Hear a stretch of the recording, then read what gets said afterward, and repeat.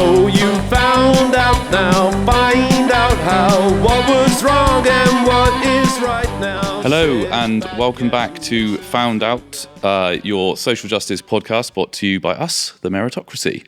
On this episode, we did something a little bit different actually. We asked our Instagram following what you'd like to hear about, and if nothing else, we're people pleasers. So the winning topic was drugs, and to bring out some more personal stories. So that is exactly what we're going to be doing today. Drugs as a topic is a really tricky one, both on a personal level for us at the Meritocracy and incredibly polarizing in terms of society, how people view drugs, how people view drug taking, and we'll unpack a lot of that today. But just to say that is obviously, like with everything we cover, a highly polarizing topic that we're going to try and do justice to both sides, or many sides actually, multifaceted. We have an amazing guest who I'll introduce in a moment, an absolute world leader in this topic. And like I said, we're going to approach this episode particularly carefully with the sort of personal backgrounds that we have in this space. So as always, we like to start with some facts, and there could be many facts. We could have gone down many routes with what we wanted to sort of frame this issue as, but we decided to pick harm and prevalence. So I'm just going to go through a couple of those. So in 2024, there were 3,500 deaths attributed directly to illicit drug misuse. Interestingly, in Scotland, that number was 1,000 people. And just in terms of why that's interesting, Scotland accounts for 8% of the population of the United Kingdom, but 20% of the deaths. And we might unpack some of that through this episode. Self-reported recreational drug use was at 9% of adults, 18 to 59 age group actually. But that is about 3 million people, so, a lot. And that rises to 16% of 16 to 24-year-olds. So now it gives me great pleasure to be to introduce our guest. And Steve, actually, I want to start with an apology, first of all, from me, because I feel like I hounded you about 35 times to get on this podcast. So I got many maybes and then a yes, and that was absolutely spot on. So Steve Rolls works for Transform Drug Policy Foundation. I briefly did a stint as a volunteer there, post-graduating in Bristol. Steve has over 20 years of being right at the forefront of this most contentious policy debate, the world of drugs. And he has spoken on areas from prohibition to organised crime, harm reduction, decriminalisation and regulation, which we're going to focus on in this pod. And he's advised policymakers all around the world, and we'll be touching on the kind of global impact of this space as well. So Steve, it's great to have you with us. How are you, mate? I'm very well, and I'm sorry it took so long to get on it. Absolutely delighted to be here, so thank you for having me. No, thanks for coming on, really. It's amazing. Yeah, it's brilliant to have you, Steve. Thank you. So we're going to start the episode with, as we mentioned in the introduction there, a personal story as to why this is so important to us. So I'm just going to ask you that actually, Laura. So Laura, tell us why this arena matters so much to you. Yeah, so I think even from kind of starting this podcast, this was the episode that I really wanted to do. And we've covered some really tough topics on here, from, as our regular listeners will know, everything from pornography, which carries, so much shame for so many people, through to masculinity. But this episode is really personally important to me and to the Meritocracy. And, some of our regular listeners will know and some kind of won't, that my brother Henry died in 2015. Sorry, it's still hard. So he was 19 and he died on his gap year whilst experimenting with recreational drugs. He was with friends in Canada when that happened.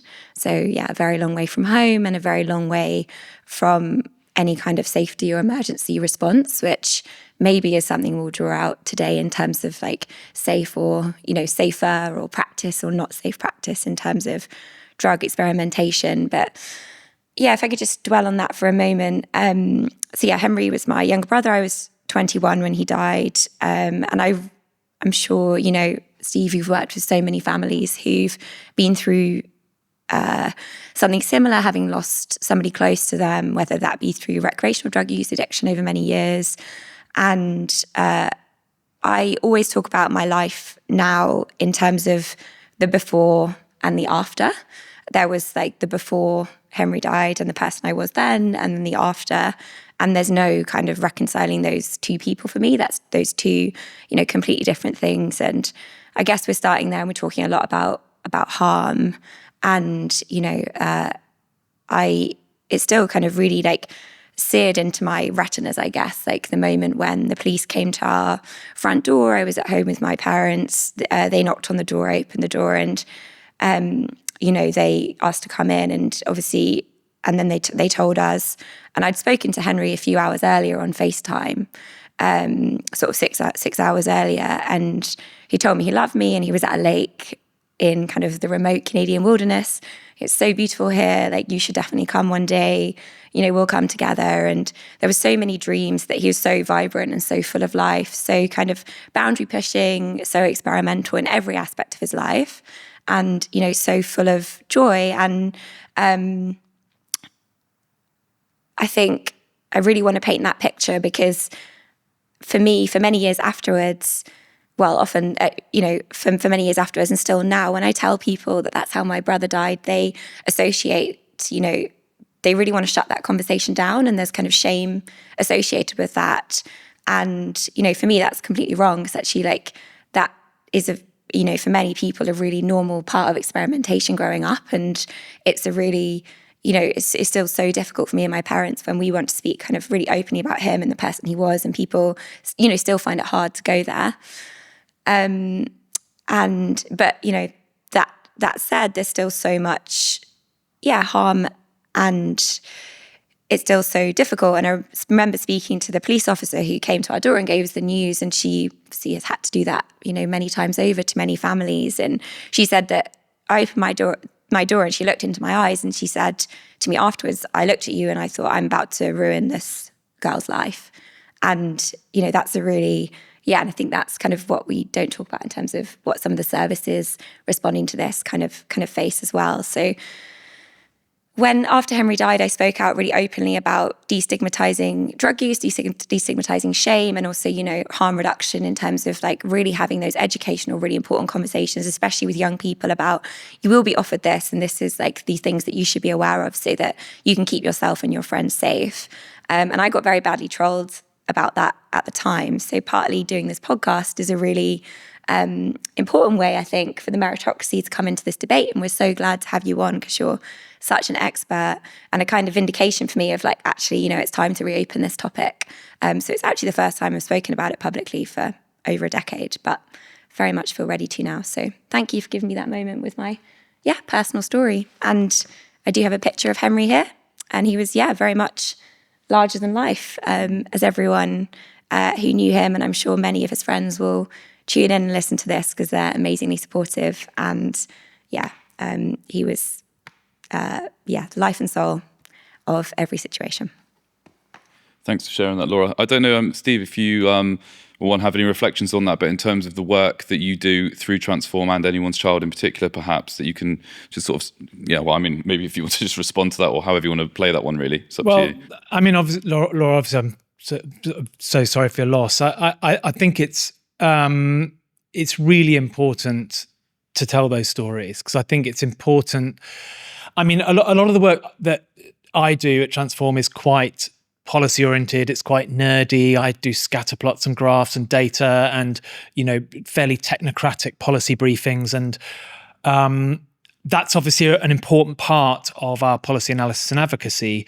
But we also have a part of Transform, an initiative called Anyone's Child that's been running for 10 years now, and it is people telling their stories like you have just told, about their experiences, not just with the risks and harms of drug use, but the risks and harms of the drug policy and legal environment in which that drug use takes place. And many people feel that whether it's a bereavement, whether they've lost someone they love to overdose, or some other adverse drug experience, or whether they've been impacted by arrest and criminalisation and incarceration.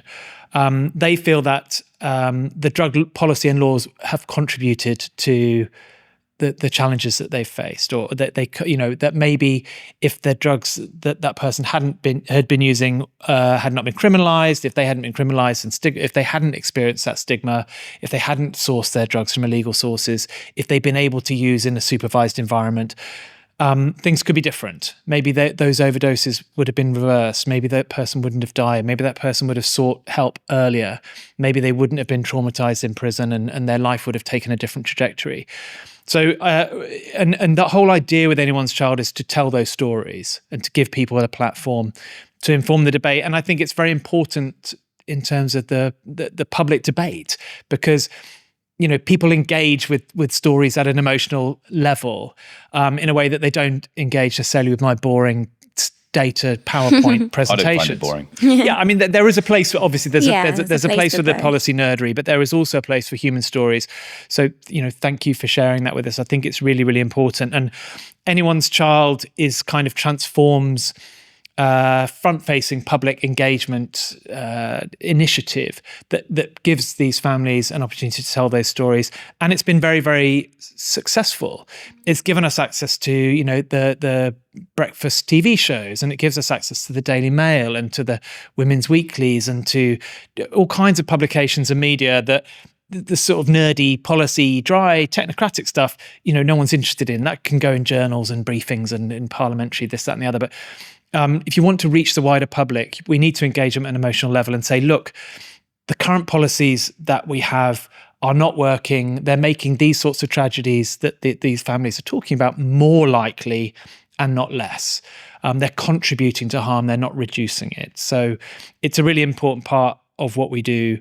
And it's a 10-year anniversary of Anyone's Child was last year, and we've had this statistic that during that time, 40,000 people. There've been 40,000 drug-related deaths in the UK, and it is a shocking policy failure because every single one of those deaths was avoidable.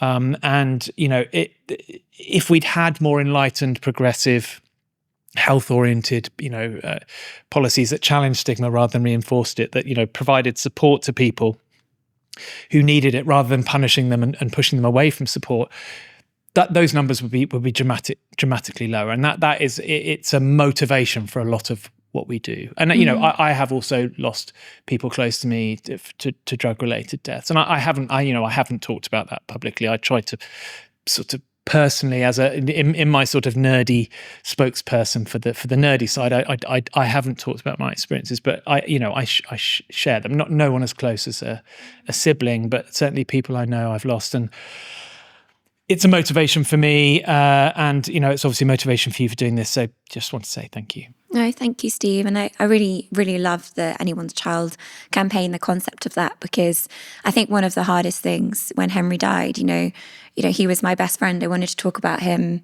in all the ways he was amazing. And then there was that stigma and that shame, and people would kind of withdraw. I really felt that and say, well, it would never happen to me. It would never happen to my family, and actually that, unfortunately that's never the case. Like, you never know what's around the corner. And actually, the fact that this does affect such broad swathes of society for many different reasons. People use drugs for many, many reasons, or they experiment, or they may have, a kind of habitual, regular use. It can really, really vary.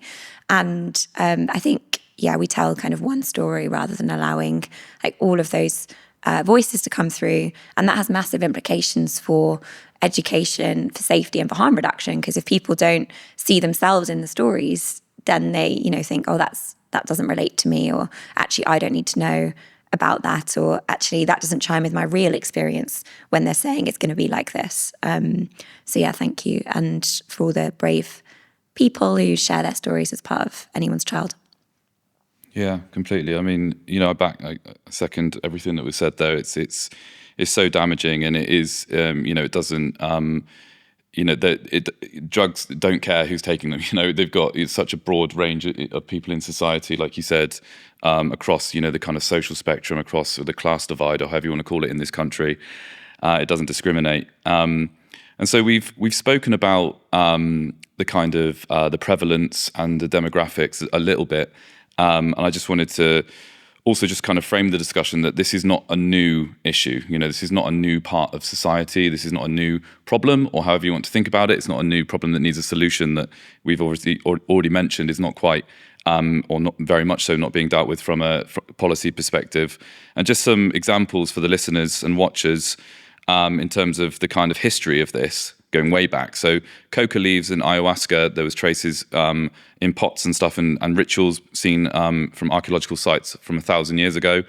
Peyote, which is another psychedelic in South America, traces as far back as 5,000 years ago through ritual ceremonies and sort of religious bonding through ancestral elements. Cannabis, 2,500 years ago in China, and alcohol, 4,000 years ago in Europe. Classic Europeans getting on the booze 4,000 years ago. But we touched on it a little bit there, Steve.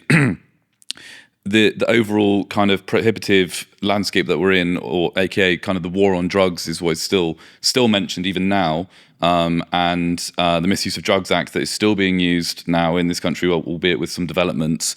I was wondering, sort of 50 years on now from the war on drugs, sort of 1971, I think that was Nixon. How could we judge its success or otherwise?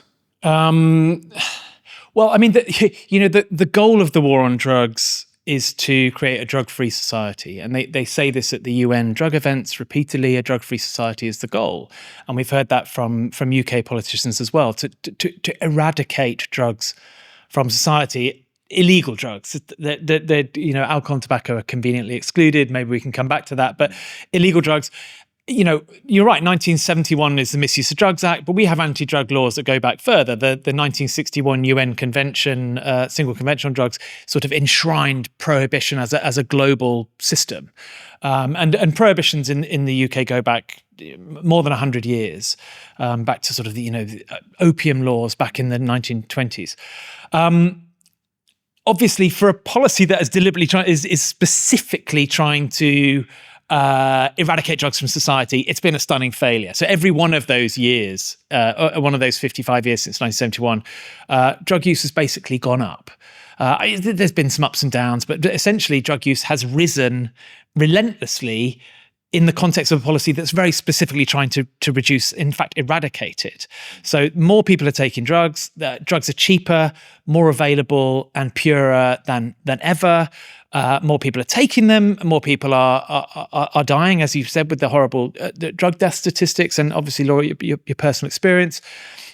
From almost any metric, it's been a stunning failure. And as that market has expanded to meet the growing demand, and of course, the punitive policies aiming at users are supposed to deter use, but demand has continued to expand. And as it's expanded, the illegal market run by criminal entrepreneurs has expanded to meet that demand. So we are not only failing in its primary goal to eradicate use and create a drug-free society, but also enriching and empowering organised crime groups and creating all the chaos and carnage on the streets of the UK associated with the illegal trade, all the way to the jungles of Colombia or the opium fields in Afghanistan, or across the world. This failure is writ large on almost any health or criminal justice metric you should choose. So it has been a stunning failure, and that critique is the basis of the call for change and reform. That has to be your starting point. People are using drugs. You may not like that. It's a reality. As policymakers, we have to deal with reality. People use drugs. Clearly, they like them all the way back to the Sumerians or wherever it was you were talking about. Thousands of years, there's been this desire to change our states of mind in one way or another, for whatever reason, whether it's to feel good, whether it's to stop feeling bad, whether it's to sleep or relax or some kind of spiritual exploration, whatever it is, people like taking drugs. And we may not be happy about that. We may not like it, but as policymakers, that's the reality that we deal with. And as demand has increased, the markets increase and all the harms and when it's collided with prohibition, you create this enormous illegal market with all the harms, and it doesn't make drugs go away. It just makes them more dangerous and creates all these problems associated with the legal market. And it's that critique which is the starting point for the discussion. Well, maybe after all this time, we need to do something differently and have a different approach. And that's where, that's where Transform sits at that moment of, okay, what does that mean? What does that look like? And perhaps before we come on to what does that different look like, so I'm really keen that we explore that today. That's what we're really about in the Meritocracy, is those kind of deal with the reality and come with solutions. If you can answer this, why are some drugs treated differently from others? We see, despite huge amounts of harm caused by alcohol and tobacco, for example, we see those treated differently, certainly in, our domestic market than, other forms of drugs which are illegal. I mean, I think there are different reasons for that. I mean, any particular drug that you choose, it has its own kind of cultural and sort of economic, social history. Alcohol and tobacco have obviously been around for a long time. They are deeply embedded in our cultural history. Other drugs are kind of have arrived at a later stage, and are often seen as a threat to the sort of established order, a threat to society, a threat to established culture. And they're often have been associated with immigrant communities. And there is this rather unfortunate overlap of stigma and prohibition of certain drugs because they are associated with certain racial or cultural groups. And a lot of that came from America. The US was very much the sort of driver of the kind of global prohibition and the sort of the evolution of the war on drugs ethos and a lot of that thinking. And it was very much associated with race and immigration and other forms of social control of undesirable populations. So that, that cannabis was associated with Mexican immigrants, and opium was associated with Asian immigrants, and cocaine was associated with Afro-Caribbean populations. And these, by criminalizing those drugs, that provided a route to control those populations. And, you had this sort of rather toxic intersection of anti-immigrant and xenophobic narratives and anti-drug narratives that were sort of challenging the established order. And I don't want to be completely unfair to prohibitionists, although, well, I kind of do, but I don't want to be too unfair to them. Some of it was, legitimate concern about misuse. Some people, quite understandably felt that, well, look, these new drugs are here, they're dangerous, surely we should just ban them and people will stop doing them. It's like, instinctively, that's not a terrible idea. In practice, though, it hasn't worked. Clearly, it hasn't worked. Cocaine has been illegal for 100 years, and use has gone up and up and up and up, as have deaths. So I think there were 9 recorded cocaine-related deaths in 1994. Last year there was more than 1,200. So it's just, and this terrifying graph. It's like, is that what success looks like? This drug has been illegal that whole time. It's been a class A. And it's cheaper and purer and more available than ever. More people are using it, more people are dying. It's kind of, how is that success? It's not. But yes, some of it was race and xenophobia. Some of it was legitimate public health control. Some of it was, just sort of performative politics. You hype up a threat, and then you put yourself forward as the savior. We will fight this threat. And, and it's often been shaped in very binary terms of good and evil. Drugs are evil, drug dealers are evil, people who use drugs are evil, and we will fight them. And therefore we're sort of intrinsically good. And when you shape a narrative in that way, in this very kind of almost biblical kind of quasi-religious battle of good and evil, anything you do to fight the evil is automatically synonymous with good, particularly when you shape it like a war against a kind of invading armies, like Nazis or zombies or something. You're fighting them. Yeah. And you don't need evidence of effectiveness. You don't need it to work. No. Yeah, you don't need evidence because it's sort of immediately righteous fight. But after decades and decades of doing that and everything getting worse and more people dying and drugs being more prevalent, and you have to take a step back and go, whatever your wherever your sort of moral view on drug use is, we have to deal with reality. And the reality is lots of people want to use drugs, and there is no enforcement solution that's going to get rid of them. And actually, enforcement is clearly making everything worse, and we have to move on from that. We have to accept that and have a rethink. I think, also it's to your point of like, when you raise, certainly this has come back to me as a debate, which is like, if you aren't kind of coming down on a tough stance of the war on drugs, you're somehow glamorizing drug use and denying that there's lots of harm that occurs as a result of drug use across society, where people have, habitual use over years or overdose or, accidents, misadventure, when actually those two things can hold. You can not glamorize drug use and still accept that, it's really important to come from a place of safety and harm reduction. Right. So when you buy a pack of cigarettes, it literally has a picture of a cancerous lung on it and says, you will die if you smoke these, or you will be impotent, or you'll harm your baby, or you'll harm, and some pretty horrendous images as well. Pretty horrendous images of like neck cancers and things.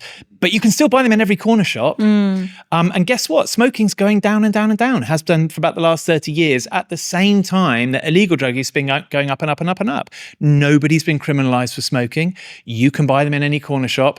We derive loads of tax revenue. We're educating people about the risks of tobacco, to my mind, that's a successful public health intervention that's running for a very dangerous drug that kills half of its users. Really, the most dangerous drug in population terms, more dangerous than heroin or anything. At the same time as these other drugs, we've got this punitive, incredibly expensive and ineffective, counterproductive.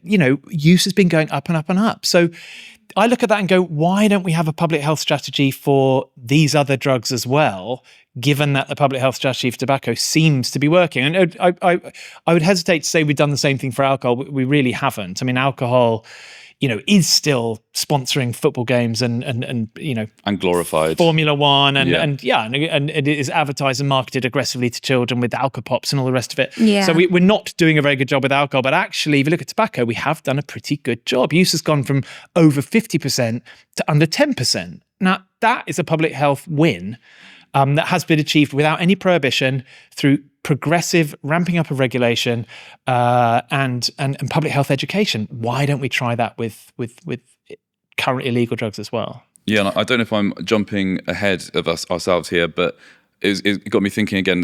One of the common sort of responses to, obviously alcohol and tobacco are illegal and you can get them anywhere in every corner shop. That people say that if you were to start to have that sort of system with recreational drugs now, say cocaine, for example, that everybody would just be on cocaine all of the time, 24/7. And the counter to that is that, well, you can buy a bottle of whiskey, but you're not turning up absolutely hammered to your meeting with your boss on a Wednesday. So it's actually allowing that kind of agency and choice of, choice-making adults, that just because it's available doesn't mean that they just suddenly go into, and there might be maybe a little spike when if it became legal or decriminalized, and then it would probably go back to original numbers. I don't know what you think on that in terms of that kind of argument. Yes, I mean, we Transform do advocate for legally regulated supply of a range of different drugs, but it's different drugs will be regulated in different ways, and alcohol is not a model that we would we would advocate for. We don't want commercialized products. We don't want lifestyle branding. We don't want sponsorship of sports and music events by dangerous drugs. In a way, alcohol is an example of how not to do it. So we make a series of detailed proposals. I'm not going to go into that too much today, but anyone can go to the Transform website and check them out. And you should. On how we can make these things functionally available without promoting or branding them. How we can get beyond the harms and risks of illegal production, illegal supply, street dealers, and organised crime groups, and have something more like, a regulated pharmacy, state-run outlets, age controls, information on packaging, trained vendors who, like a pharmacist, can give you information on safety and so on. So there has to be a better way than what we're doing at the moment, because it very, very transparently isn't working. I think it's interesting to draw that comparison with alcohol, because as you say, Steve, that's clearly also a model that's not working. There's huge challenges with addiction, health-related challenges, and like you say, kind of glamorized and promoted in a lifestyle context, but then does cause huge amounts of harm as well. So it's really interesting, because actually in some ways we've got, when it comes to policy making, we've got the benefit of learning from the evidence of actually, this isn't how we want, we did it this way. It's very hard to unravel all of that.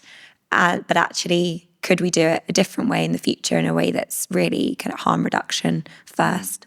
And if it isn't, if policymakers, you look at any metric, like you said, it's failing. And on the most extreme end of that, the harm metrics, the deaths, all of those things at the real pointy end, all through the roof and increasing. So if we're not regulating drugs at the moment through caring about the harm caused, what is the driving forces behind the regulation now? What do you mean? Why is prohibition still? Yeah, why is it still active even if the numbers are slapping policymakers in the face? What is stopping us as a society moving to the space that Transform are pushing? Or not pushing, that's our suggesting should be. Well, I mean, I think the first thing to say is that debate is moving forward both in the UK and around the world. And we are beginning to see a lot of shifts, particularly around cannabis stuff. Now, cannabis may be at the cannabis has its risks, but it's certainly compared to many other illegal drugs, it's at the lower end of the risk spectrum.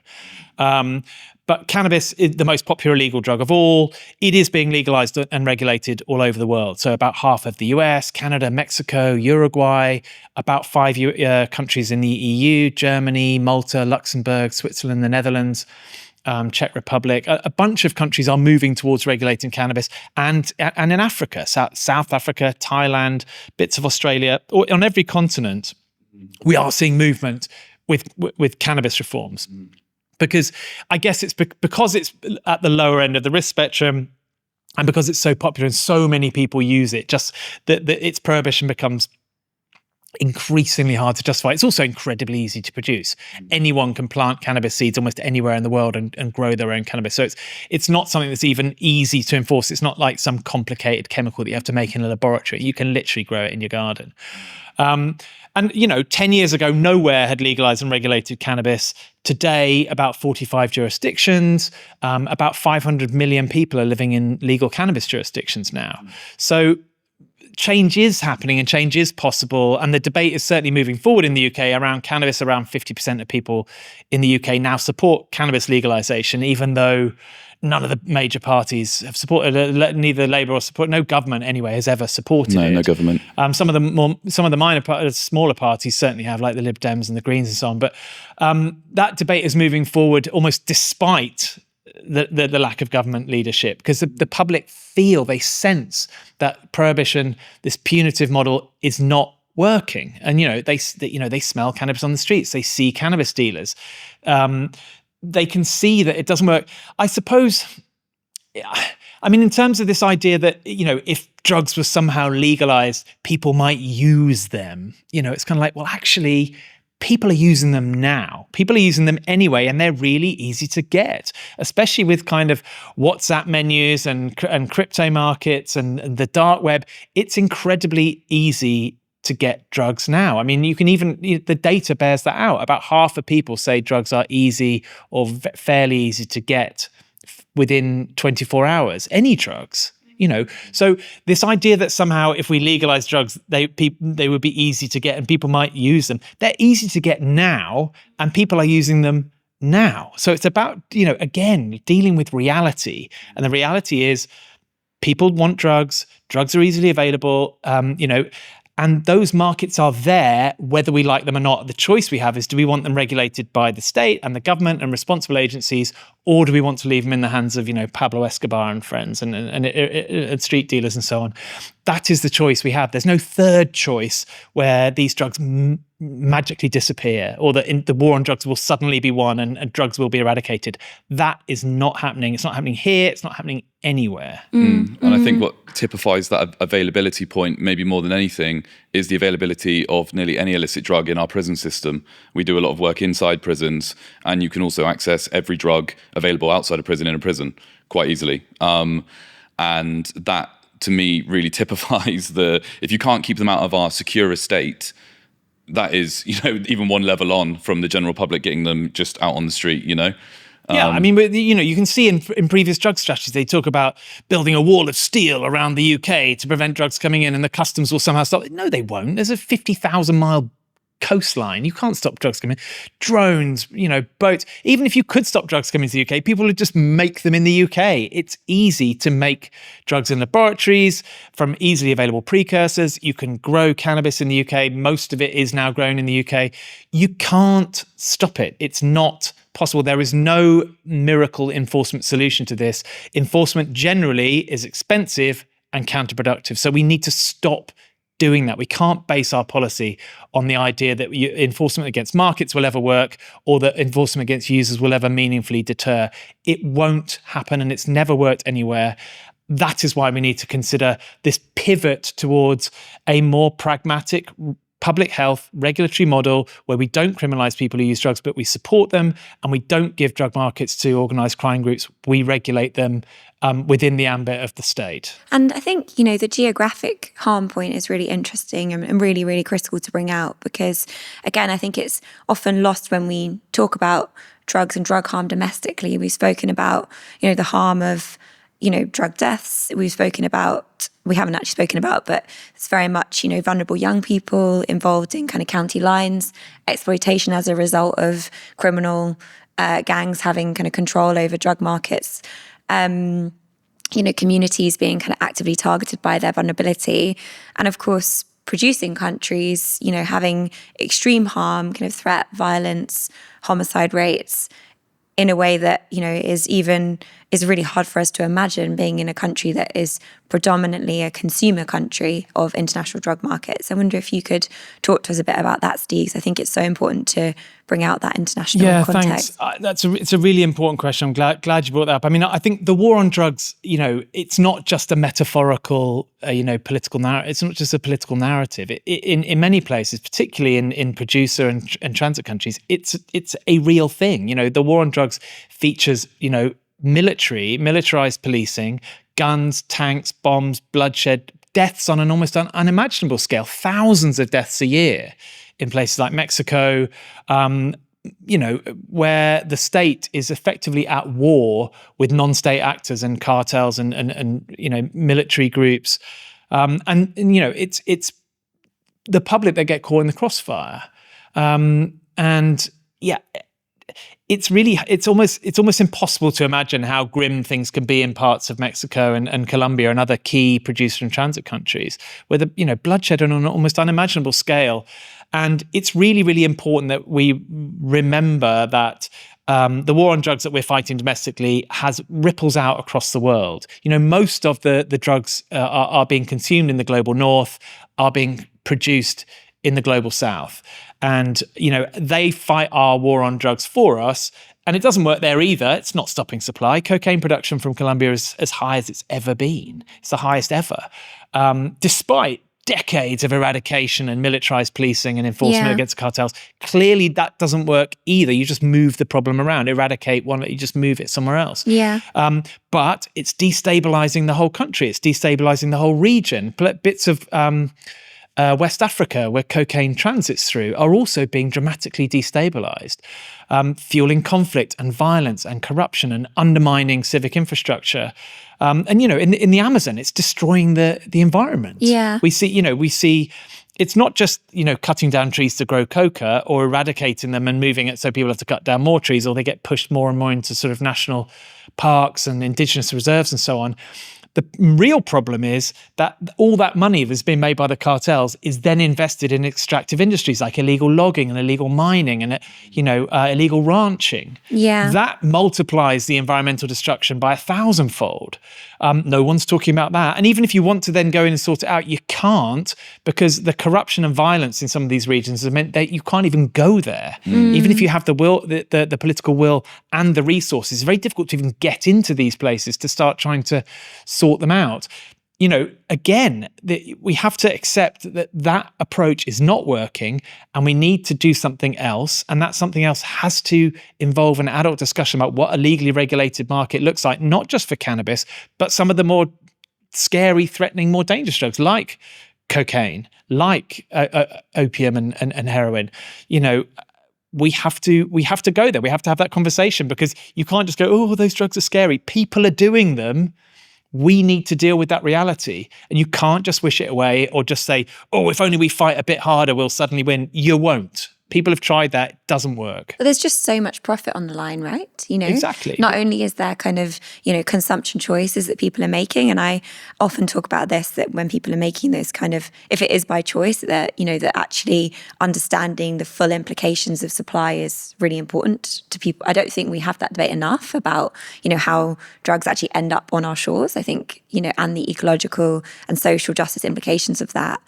But, at the same time, we kind of, it's, even on our own soil, it's easier to kind of look the other way. But actually, we've got calls from, governments in Central America, South America. I think the president of Ecuador called out the global north and said, like, we need your help as global consumers of this product, what is a product, from these kind of illegal groups who have got such a grip. We need your help in actually, changing the frame so that we're able to, support our environment and our communities who are suffering so much harm. Yeah, I mean, it's interesting. So some leaders from the global south have said to the global north that it's only because of your consumption that all these problems are happening here, and that is true. Some of them have said, look, you need to fund more military policing in our countries. Some of them have said you need to reduce demand in your countries. Others, like President Petro in Colombia, have said we need to legalize cocaine. Legalizing it in Colombia won't make any difference because only barely 1% of the cocaine made there is consumed there. It's all being consumed in North America and Europe and Australia and places. We need to legally regulate it, and then it can be becomes a product like anything else. It becomes a sort of refined agricultural product, like almost every other product. Because ultimately, if people are using cocaine, either they get it legally or they get it from the cartels. That's it. That's your choice. Now, how you legally regulate it, obviously the detail is important, and Transform's written whole boring books about how to do that. And they're all on our website if anyone wants to read about that. But, we have to begin that debate however hard it is, because if we don't, we just carry on with the county lines and the violence and the crime and the chaos, not just in the UK, but all the way along the supply chain back to the Amazon and, Colombia and Central America and West Africa, and it's just havoc and carnage and violence and corruption, instability along the whole supply chain. We have to have that discussion, and that has to begin now. And that's kind of where Transform's positioned itself. We're trying to stimulate that conversation, but also inform it with credible, coherent proposals about what a regulated supply chain for some of these drugs might look like. Yeah, and I think, look, we're in London now. London is one of the biggest users of cocaine in the world, along with the other New York, big cities in the global north. They found it in traces in the Thames. They found traces in the air above certain areas of London, like Canary Wharf on a Friday. Take what you will from that. And to throw back to the listeners and the watchers, really, that if you are choosing to use cocaine, which is so prevalent in this city, that you actually do really understand. I forgot the actual stats on it, but how many murders per metric ton of cocaine produced that land on our shores? It's multiple deaths. And obviously metric ton is a lot of cocaine, but these hauls that they're pulling in at these days, like 16 tons the other day was hauled in. This is what is being shipped in. So per ton, I don't know what it is, I wouldn't want to guess, but many deaths per ton. And if you've then got that bag of white powder in your wallet, that you should know that. You should feel it. You should know that journey of that journey of that drug, people have died, 100%, and it's now in your pocket. And I think that is something that I think would really start to evoke an internal response, but also a discussion around maybe we don't need to buy that anymore. Maybe there's, if you want other routes, there's other routes. Maybe start to open up the discussion of what drugs you want to take if you still do want to take drugs, that they're not all that harmful. And that's when we start to kind of extricate the certain types of harm, but for certain drugs as well, when you start to split the argument even more, that it's actually, the harm is not equal across the drug supply routes of all drugs. Harm is not equal in our ABC categorization system that we illegalize. You've got obviously cocaine and heroin, very, very dangerous drugs, class A, probably rightly so, but you've also got drugs like mushrooms that are Class A, where the harm is actually very, very low in terms of to society, to yourself, obviously with risks. And I'm not saying that there's no risk to it. All drugs have risk, including legal ones. But I think it's not a question really. It's more just a point that is something to think about.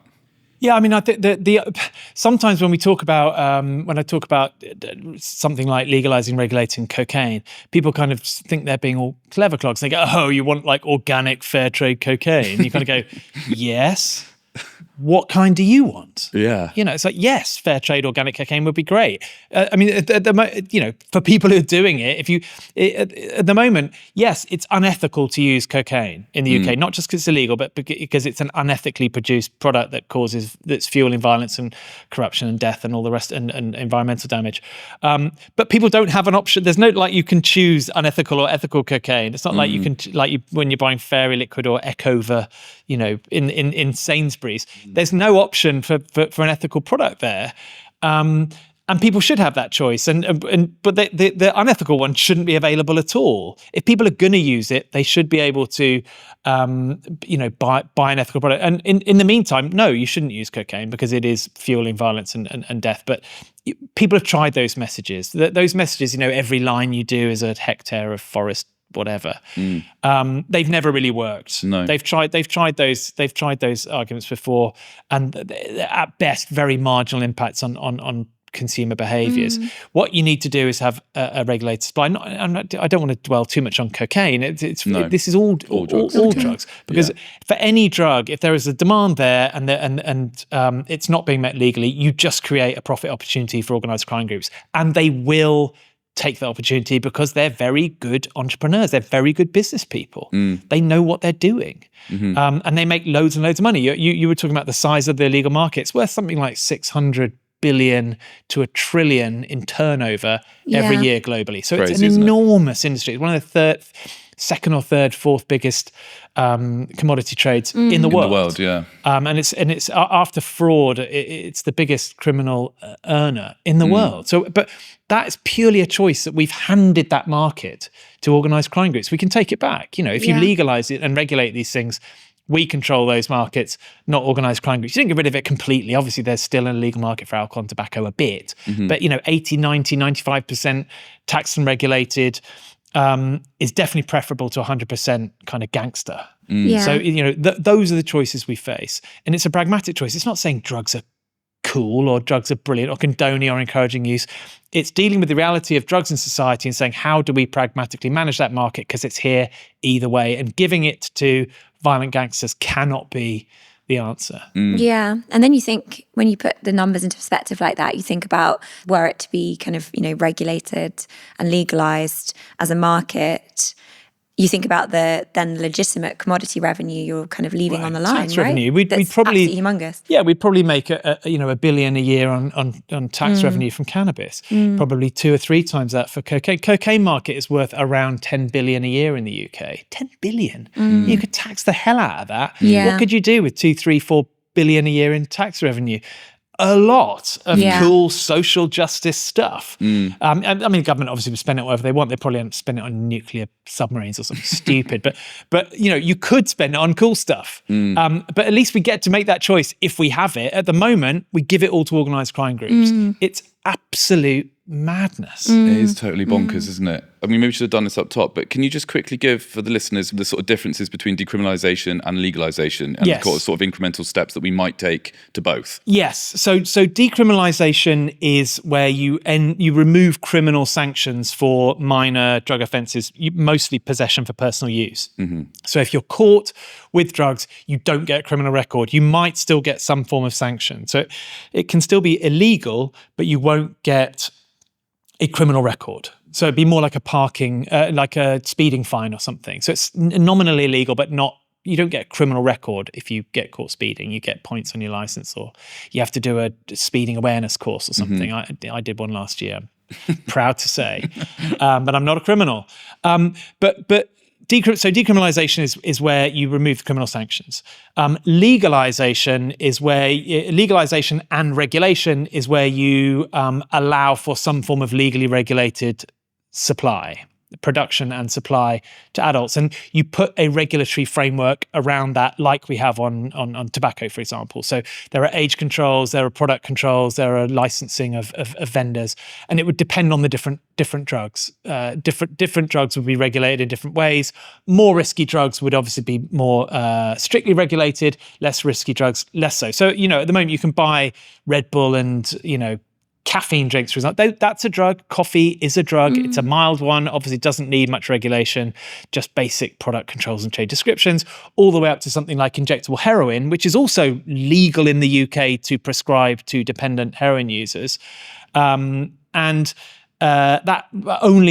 only within a clinical medical prescribed model. So it's very strictly regulated. You actually have to go to a clinic, you get given your injectable heroin, you use it on site under supervision, but it is legal. And that person who moves from street heroin to prescribed heroin, their use has effectively been legalized and regulated, even though it's legal as a medical intervention already. So decriminalization is about ending criminal sanctions for personal possession.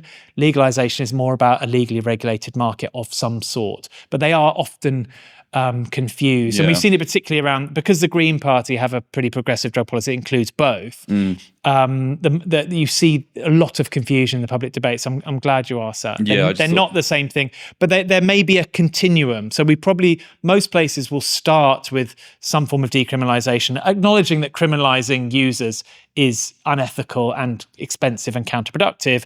That's a natural first place. And we are actually getting there in the UK already. So a lot of places, 14 police authorities and most of Scotland have a thing called diversion, where if you're caught with... I was going to ask about this. Where you're caught with in possession of drugs, you are diverted into a health intervention rather than diverted away from the criminal justice into health, which is basically decriminalization because you don't get a criminal record. So it's kind of a sort of less politician-friendly word for kind of a form of decriminalization. It's not perfect, but it's certainly in that direction.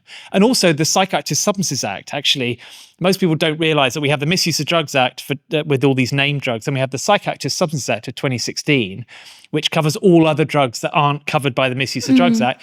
And under that under that legislation, sales are still prohibited and sanctionable, but possession isn't. So we already have a no sanction decriminalization model for certain drugs within the UK running alongside the Misuse of Drugs Act, where you can go to prison for up to 7 years for possession of Class A drugs. People don't generally, but bizarrely it is still there. And if you give a friend a magic mushroom you've just picked in the field, you can get life. I mean, you won't, but the fact that penalty it still exists is ridiculous.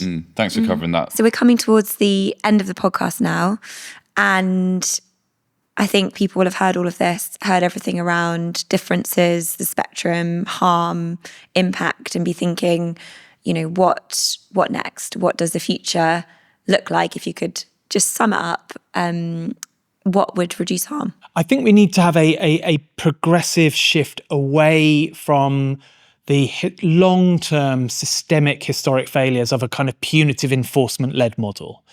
Punishing users is stigmatizing, it's counterproductive. The harms of criminalization impact most on the most vulnerable in society and the most marginalized members of society, whether that's racialized minorities, whether that's youth, whether that's people living in poverty, whether that's homeless people, whether that's LGBT community. Those people carry the burden of that failure.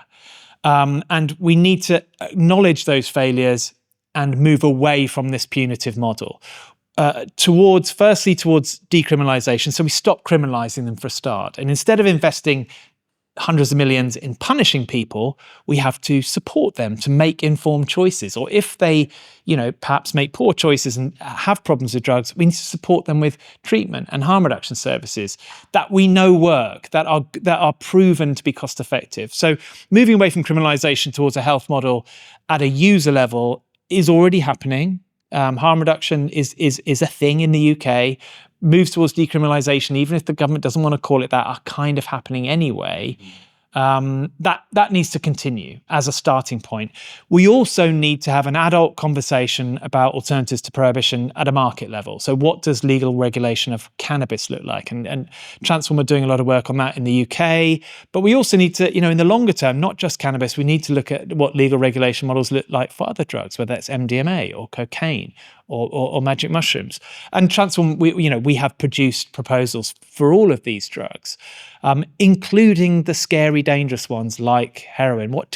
Several 100,000 people use injectable heroin in the UK, or they smoke heroin, and we need to deal with that.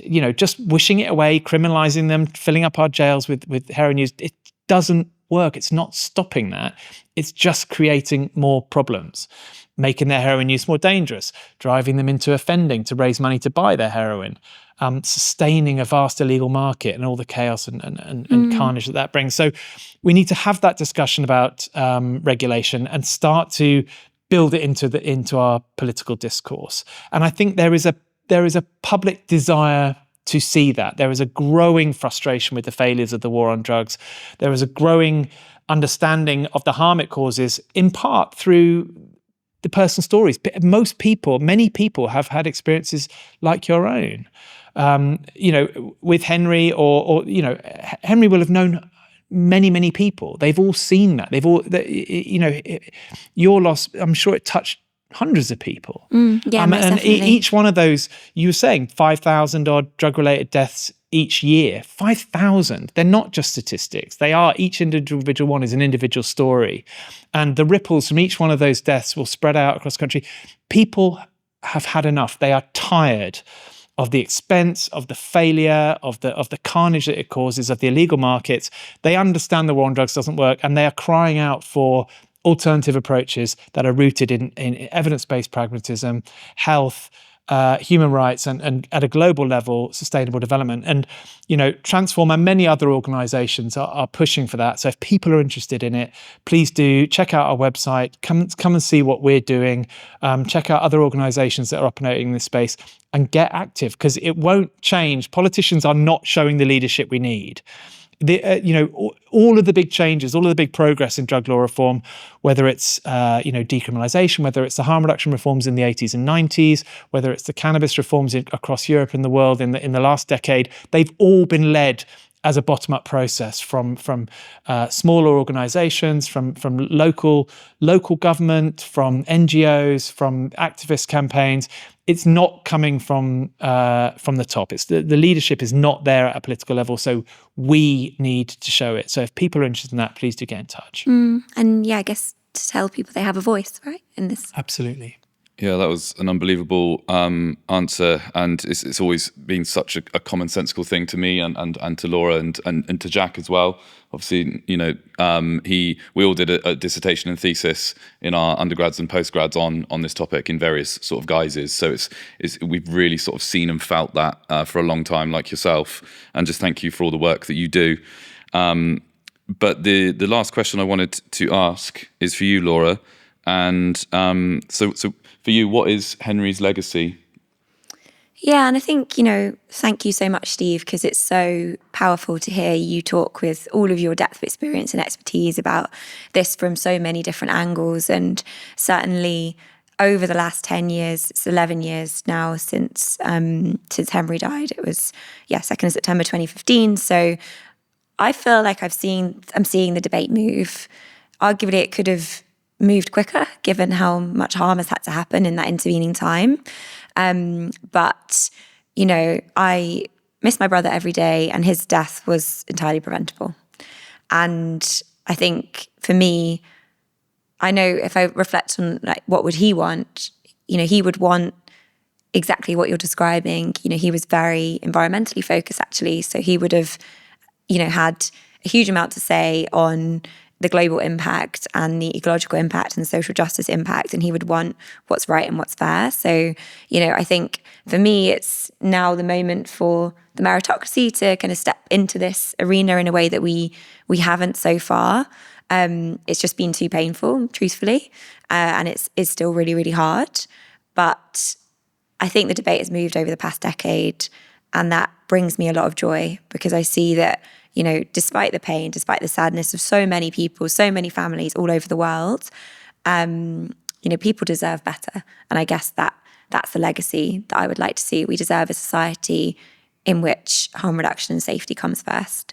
And we've been held back in this arena, I think, too long from that being the case. So, yeah. That's my Really answer. beautiful words. And I think we absolutely dedicate this episode to Henry Suggett. Yeah, definitely. And we pledge our allegiance to transform as the meritocracy. Thank you, Steve. No, but Laura, genuinely, thank you for I know it must be really hard to talk about this stuff, and I really appreciate it, and we really appreciate it. And I think it is really important to be able to tell that story, and hopefully you can become a part of anyone's child, and maybe tell your story in some other arenas, because it's very powerful. Thank you. Yeah, definitely. Yeah, thanks a lot. And I think that is all we have time for. So that is us. Found Out, brought to you by the Meritocracy.